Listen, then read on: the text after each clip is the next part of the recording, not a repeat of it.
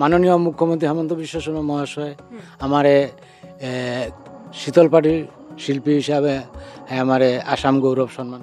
আমরা বাপদাদা এই কাজই করে। আপনারা তৃতীয় প্রজন্ম? হ্যাঁ, আগে একটু কম বেচতাম, এখন একটু বেশি বেচতে পারি। আচ্ছা।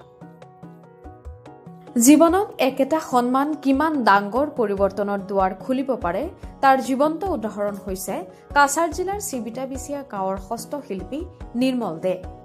ৰাজ্য চৰকাৰৰ অসম গৌৰৱ বঁটা লাভ কৰাৰ পাছতেই যেন নতুন অধ্যায় আৰম্ভ হয় তেওঁৰ জীৱনত। নিৰ্মল দে তেওঁৰ পৰিয়ালৰ ৩ প্ৰজন্মৰ পৰম্পৰা হিচাপে শীতল পাটি বনোৱাৰ শিল্পত জড়িত।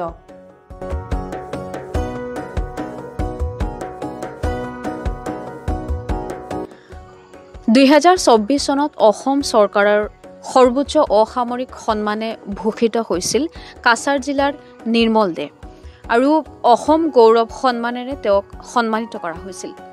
আজি তেখেতৰ ঘৰত আহিছোঁ, তেওঁৰ লগত অলপ কথা পাতিম। 2024 আমি পাইছি আসাম গৌরব সম্মান। পার্টি আমরা এটা হলো আমরা বাপদাদা আমরা সিঁড়ি পূর্ব সিঁড়ির তনে আমরা এটা শুনি। আমি শীতল পাটির শিল্পী পাইলাম, তো মানুষের নানান ধরনের মানুষ আমার এটা একটু নিবার লেগে চেষ্টা করলো, আর একটু জাগ্রত হইলো।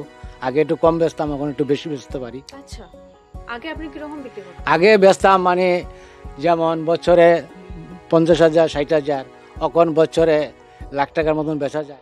আপনি রাজস্থান তনে কাস্টমার আমার পার্টি নিচ্ছে, 6খান পার্টি নিচ্ছে শীতল পাটি। আমি খুবই আনন্দিত হয়েছি। উল্লেখ্য, শীতল পাটি হৈছে ধাৰী সদৃশ মাজিয়াত পাৰি বহা আসন। পাটিপেট নামৰ এবিধ গুল্মজাতীয় উদ্ভিদৰ বাকলিৰে এই পাটি তৈয়াৰ কৰা হয়।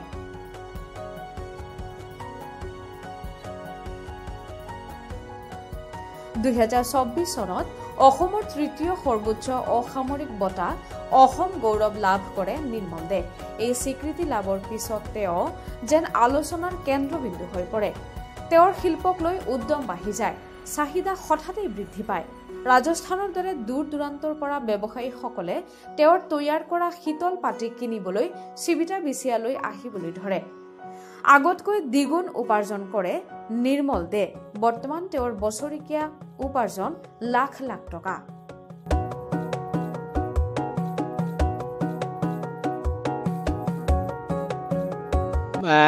সপ্তাহ লাগে একটা পাটি বানাইতে, সময় লাগে 1 সপ্তাহ লাগে একটা পাটি বানাইতে। আচ্ছা, তো এমনি মাসে কতটা বানায়? মাসে ধরেন 4টা পাটি হয়। আমার পাটি আগরতলা যায়, বুকাজান যায়, শিলচর যায়, তবে ত্রিপুরা যায়, হ্যাঁ, করিমগঞ্জ যায়, আর হলো আপনার যায় হলো কালীগঞ্জ যায়। যে রাস্তাতে আপনি আইছেন, রাস্তাটা বহুত খারাপ। আমার জলের সমস্যা আছে, আবার নাইও, মানে মাঝে মাঝে জল দেয়, আবার জল দেয়। হ্যাঁ, শিখাইছি আমি, বহুত মানুষের শিখাইছি। হ্যাঁ, আমিও নিজে শিখছি, আরো মানুষের শিখাইছি।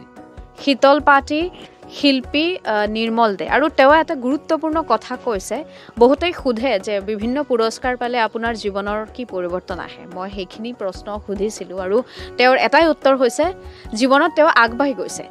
আগতে যিখিনি তেওঁ অৰ্ডাৰ পাইছিলে, সেই অৰ্ডাৰ এতিয়া দ্বিগুণ বৃদ্ধি পাইছে। শীতল পাটিৰ তেওঁৰ বিক্ৰীও বাঢ়িছে। কিন্তু